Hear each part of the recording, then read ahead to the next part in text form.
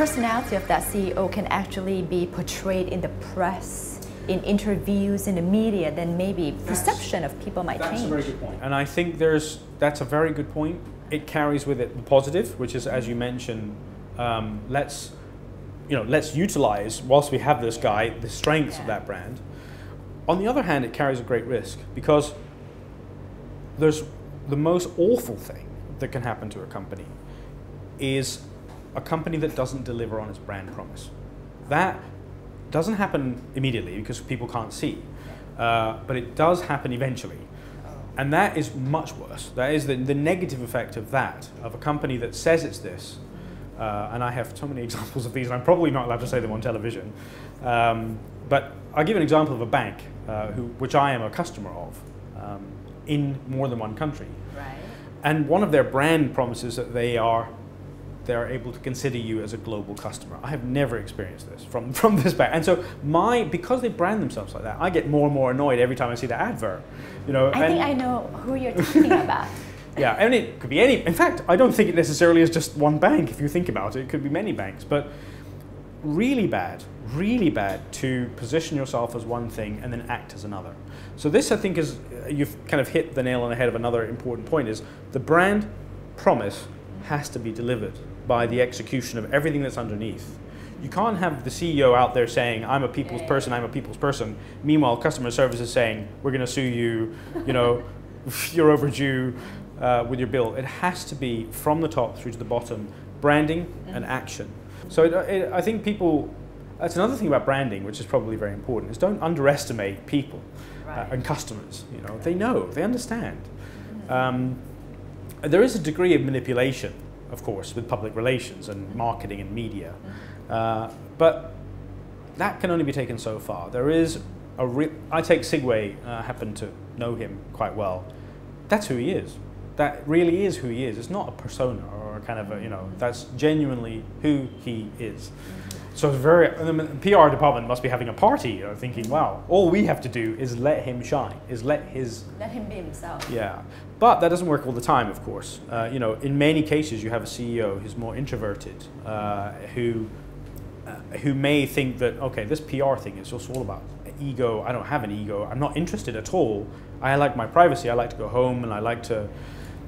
But would you advise all CEOs to actually brand themselves I would. somehow? No, I would. I think having now seen it in action and having seen the value of it and the importance of it, and there's many statistics which talk about the valuation of companies dramatically increasing because of the brand of the CEO. The benefits are actually very strong. The fact that good employees, and I think that's the key, good employees are more likely to work for a company that has a branded CEO that they could say, I work for that guy. I work for, when I say I work for Microsoft, maybe 5 times out of 10 somebody will say, oh, did you meet Bill Gates? Correct. They won't ask me, and the other 5 times they'll ask me about a bug in Windows or something like that. But that is very closely associated with the company itself, is the value of that brand. But as you said just now, not all CEOs are keen about meeting the press, being open about who they are, and some of them might not have the personalities to do this. Yeah, that is of course the challenge now of a PR. So now you have the PR company not having a party, like in maybe Sigway's case, but having a real sort of headache, thinking, okay, how do we project this guy exactly? Ultimately, everybody does have their own personality. Ultimately, and probably ultimately, most people are actually quite nice people. There's a very, very few bad, horrible people that get to be CEOs. They're just different people. So I think a real trick of PR is how can you really, because again, this can be seen through. If you're out there saying, I'm talking rubbish, I don't really believe what I'm saying, you're going to be seen through within seconds. So you have to actually take the real personality of the person, but you have to bring it out, but align that strength of their personality, which everybody does have, with the key strengths of the company as well, that you're trying to, and particularly those that you're trying to project forward. DTAC is, I think, a very perfect example, because in fact there have been 3 CEOs of DTAC in the time that I was there, and actually just recently there was a new one, that's the 3rd. And if you take the first two, very different personalities actually, extremely different, and different skill sets, and that's kind of normal, in fact, because most companies go through life cycles. They require different types of people. But they were both great guys, both great people, but you would have to portray them both very differently. You know, you couldn't have, it would be a nightmare to have taken Tori as an example, who was the second CEO, and tried to position him in the same way that Sigway was positioned, and actually vice versa too. So that's the real trick, I think, of a PR company and a PR agency. Even a small company should be doing PR. By the way, I think this is another sort of fallacy, is to think that this only is the domain of big companies. It's not at all. I have a very good example of when I was in the UK, when I was very young. I was working for a very small software company that didn't have any presence. Nobody knew who they were. So we went about really building up their kind of profile in the press, just through media and PR and getting out there and talking in seminars and papers, And what happened was the recall of that company, and this was actually measured, went up and up and up and up and up. The sales, you hope, follow that cycle later. They don't happen immediately, of course. The recall doesn't necessarily mean immediate sales.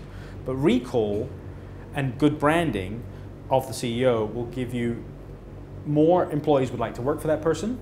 More customers tend to give that product respect. You know, they're more likely to say, "Oh, I know that company. That's this guy. That's that guy." Even if it's not the company they remember, they will remember the CEO. They will attribute some positive value to that, and that's worth money. That's another thing, an important thing. You know, that's a difference to how much you can charge for a particular product. How much can we actually translate from a branded CEO into the bottom line? There are specific studies which give, I mean, phenomenal figures about the capitalization of companies. I mean, you saw that figure about the intangible, but also just in terms of capitalization, the attraction of good employees, which is slightly intangible as well. There was one that said that the 50% of the reputation of the CEO was responsible for the capitalization of the company itself. 50%. It's hard because there are different studies that you see around. Are there any downsides at all to this? The biggest downside, again, as we go back to the beginning when we talk about two categories of CEO, there's the I started the company and I've got a big brand CEO, right. Richard Branson and so on. And then there's the, you know, I came into a company and I built my brand, DTAC, Sigway as an example. The risks for this category are much larger. If you think about it, it's very, very hard to separate the individual from the company. And that becomes very challenging if and when the person leaves or would like to leave or does something wrong, let's say. So that it is challenging there. Particularly, it will relate more to, again, slightly more intangible things. An employee. Let's take Martha Stewart. I'm sorry to take Martha Stewart if she's listening as an example. Before, an employee of Martha Stewart would have said, "Yeah, of course I work for Martha Stewart," and would have been proud about that. You know, she'd have been proud to wear the T-shirt of Martha Stewart. Afterwards, was she out there or he out there, you know, doing their supermarket shopping, wearing their Martha Stewart T-shirt? Not sure. You know, so employees themselves, because that's an important part of it, being able to attract great talent. Is because talent really does profoundly affect a company's abilities. So there they would have, I think, had their examples where companies can really suffer is actually they can't attract the kind of capabilities that they could before. Also, to some degree, the customer themselves, it has some, through the brand of that person, has an association with the product itself. I mean, Bill Gates was nerdy. So people thought, well, his products must be pretty good because he's a nerd. He must understand what he's doing. Although he had a technical team of 10,000 people. So there's the risk there, I think, which is much greater. And let's take Microsoft as a good example, because I happen to know it and I was there at the time. So I remember I was actually in the conference. We had a sales and marketing conference every year that Microsoft would take 10 to 15,000 salespeople around the world to one location and talk to them and drill them. And I remember when the announcement was made that Bill Gates was going to leave the company. And I remember this sort of shock wave of silence that went around. It was really shock. it's really hard, if you think about it those times, to imagine a Microsoft without Bill Gates. It's funny, now it doesn't feel hard at all. Then it felt really hard to see that, which really says how well Microsoft did that, actually. That message was very well managed, and I think the management of that has to be how slowly the person is coming out of the company. That's the most important thing. Oh, sorry, Bill Gates will be not here next month. I mean, that's totally shattering. That's too fast. Oh. That's too fast. And of course, there's many questions that come with that. Why? You know, what's he done wrong? And you know, it's negative. There's almost nothing positive that can come out of that situation. But the way that it was managed was that he would leave his current role in 2 years. It was still shock, but that shock was very significantly diminished by the way that that message was managed.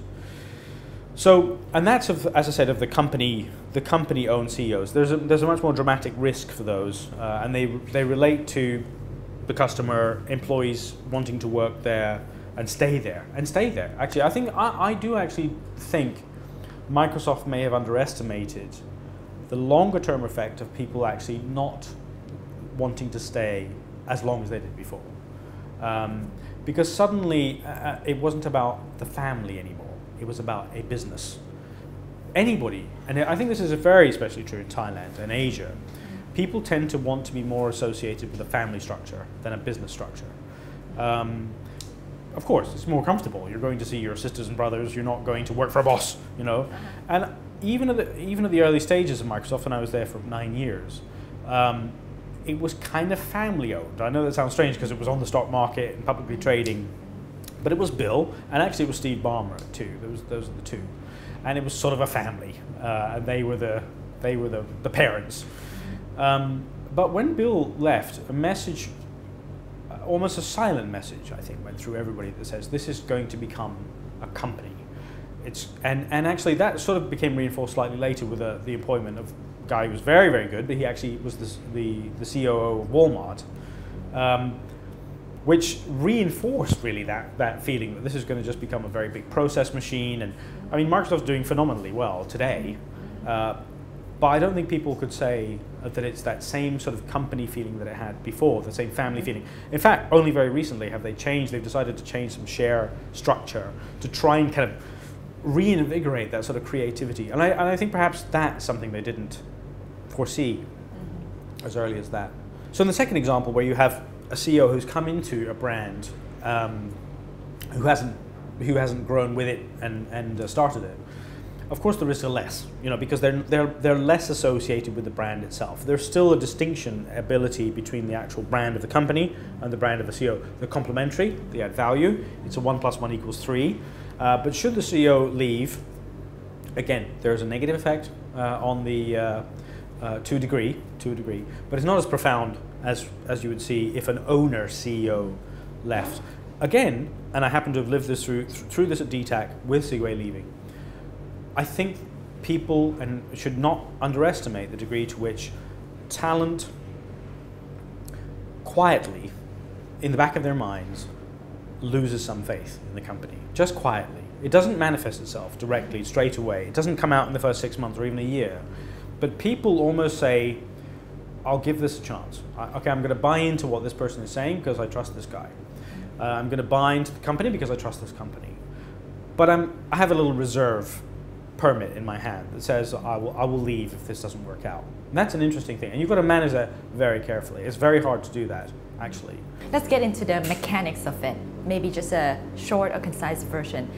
How do we actually build the brand for a CEO?